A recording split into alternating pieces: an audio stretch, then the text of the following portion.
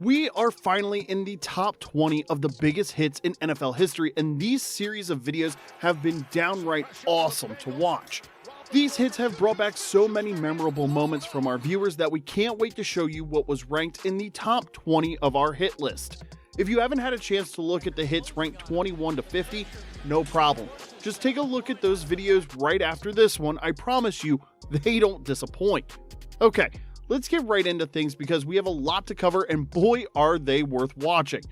Let's kick things off with number 20 and one of the best linebackers to ever play the game. Number 20, San Francisco 49ers Patrick Willis hit on Jets Brad Smith, 2008. The year was 2008 and the 49ers had a 10-point lead with the Jets needing to make 2 scores with less than 3 minutes left in the game. Hall of Famer Brett Favre was about to make one of his legendary fourth quarter comebacks and threw a dart over to receiver Brad Smith across the middle. It was a good play call and made sense as they were running a hurry-up offense to try to score quickly. Of course, Hall of Famer Patrick Willis and his teammate safety Michael Lewis had other plans and completely sandwiched Brad Smith. You can clearly hear the crunch loud and clear in the broadcast. Brad Smith's body folded like a lawn chair and then sprung like one of those old school inflatable boxing punching bags. Needless to say, I think Brad Smith will remember that hit for the rest of his life. Number 19, James Harrison vs. Eric Decker, 2011. In the 2011 AFC wildcard matchup between the Denver Broncos and the Pittsburgh Steelers, wide receiver Eric Decker was having a phenomenal second year for the Broncos. But as he was coming across the middle of the field, he was immediately tackled by James Harrison. Now, there's some backstory to this specific play by Harrison. He was notorious for penalties and fines due to his repeated hits to the head on his opponents. Earlier in the season, Harrison was suspended for a helmet-to-helmet hit on Browns quarterback Colt McCoy. A hit so brutal, it gave McCoy a severe concussion. Harrison made sure that he wasn't going to get fined again for a helmet-to-helmet hit, so what does he do now? Well, he decided to hit Eric Decker low. And when I mean low, I mean right at the knees. That hit caused Decker to suffer a sprained MCL and caused him to miss the divisional round game against Tom Brady and the New England Patriots. Some people saw Harrison's hit as dirty going after the knees of a receiver, but some people feel like he was in a lose-lose situation. Tackle him high, risk a helmet-to-helmet collision and a penalty or fine. Hit him low and risk injuring the receiver and maybe even destroying his career with a devastating injury. It's a tough spot to be in, but Harrison figured out how to still make a lasting impact in the league with some memorable plays. Number 18, Brian Dawkins and Ike Hilliard. I think we all know from the earlier videos that Brian Dawkins is an absolute dog. Again, if you haven't had a chance to look at the earlier videos, take a look after this one to see some amazing highlights of the Eagles' Brian Dawkins.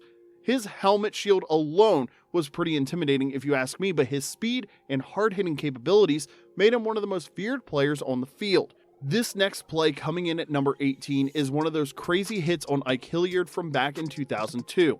The Eagles and Giants are only a few miles away from each other on I-95 in the New Jersey Turnpike. These two teams have faced off against each other twice a year for decades, so it's easy to say that Ike Hilliard and Brian Dawkins loved, or hated, to play against each other. So when it came time for Ike Hilliard to catch a long ball early in the third quarter, Dawkins sped up to make a play on the ball and absolutely leveled Hilliard at the 6-yard line.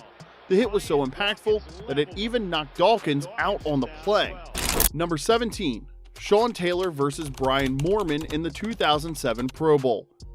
Do you remember the good old days when the NFL's All-Star game called the Pro Bowl used to be an actual football game where players played for real and not make a mockery of the game? Well, if you are too young to remember this play, let me give you the background. The year is 2007 and the players were starting to play less and less at 100% during the Pro Bowl. You know, going through the motions, not tackling hard. It looked more like an exhibition of drills than an actual game. Well, no one gave Redskins safety Sean Taylor the memo, and he treated the game like he always did, at 100% and with the highest level of intensity. So when Bills punter Brian Moorman decided to do a fake punt to get a first down in the Pro Bowl, Sean Taylor went full speed and absolutely lit him up. And those of you who remember the late great Sean Taylor, you knew that was the only way he knew how to play football. Full speed, 100% of the time. This play could have easily broken the top 10, so let us know in the comment section below if you think Sean Taylor's hit on punter Brian Moorman should be higher on the list. We would love to hear from you. Number 16, Earl Thomas versus Rob Gronkowski, 2016. Coming in at number 16 is the Seattle Seahawks' Earl Thomas laying out Patriots tight end Rob Gronkowski. The Seahawks of the 2010s were lethal on defense. They loved to hit so much that they were called the Legion of Boom, and that nickname fit them perfectly because they always found a way to lay out anyone who got in their way. This play in 2016 was no different, as safety Earl Thomas makes Gronk pay with a bruising hit and pass breakup. Cam Chancellor, another big hitter in his own right, loves the play as you can see. Gronk got up a little woozy and headed to the sideline to be checked for a concussion. Good clean play by Thomas. Number 15, Steve Largent's revenge hit on Mike Harden, 1988. Do you remember when we mentioned in one of our earlier videos that Mike Harden completely leveled Steve Largent early in the 88 season? Well, Largent and his teammates would get sweet revenge just 14 weeks later, but this time at home in Seattle. As Mike Harden picks off a pass from Seahawks quarterback Dave Craig in the end zone, Largent makes a beeline to Harden in hot pursuit. Steve Largent absolutely decleats Harden, forcing a fumble, and Largent recovers. What an outstanding play by someone who kept that grudge for 3.5 months. It was the perfect redemption story for Steve Largent. Number 14, Troy Polamalu and Stephen Hill, 2013. In 2013, Pittsburgh Steelers safety Troy Polamalu hit New York Jets wide receiver Stephen Hill so hard at the end of the first half that it left Hill having difficulty breathing after the play.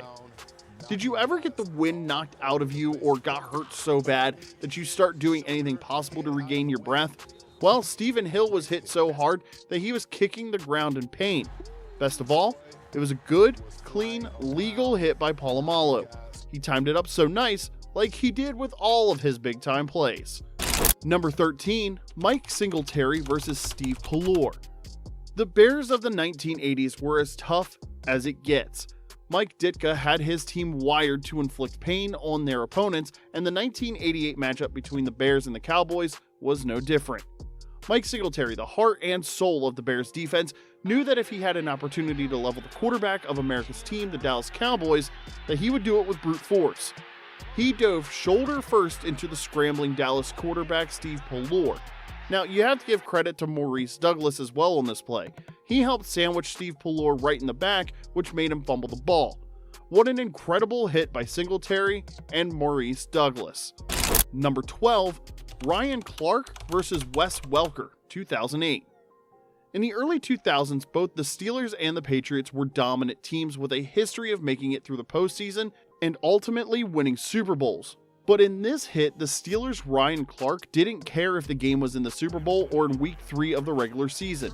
In this case, it's Week 13 of the 2008 season, and Ryan Clark blew up Wes Welker in Foxborough.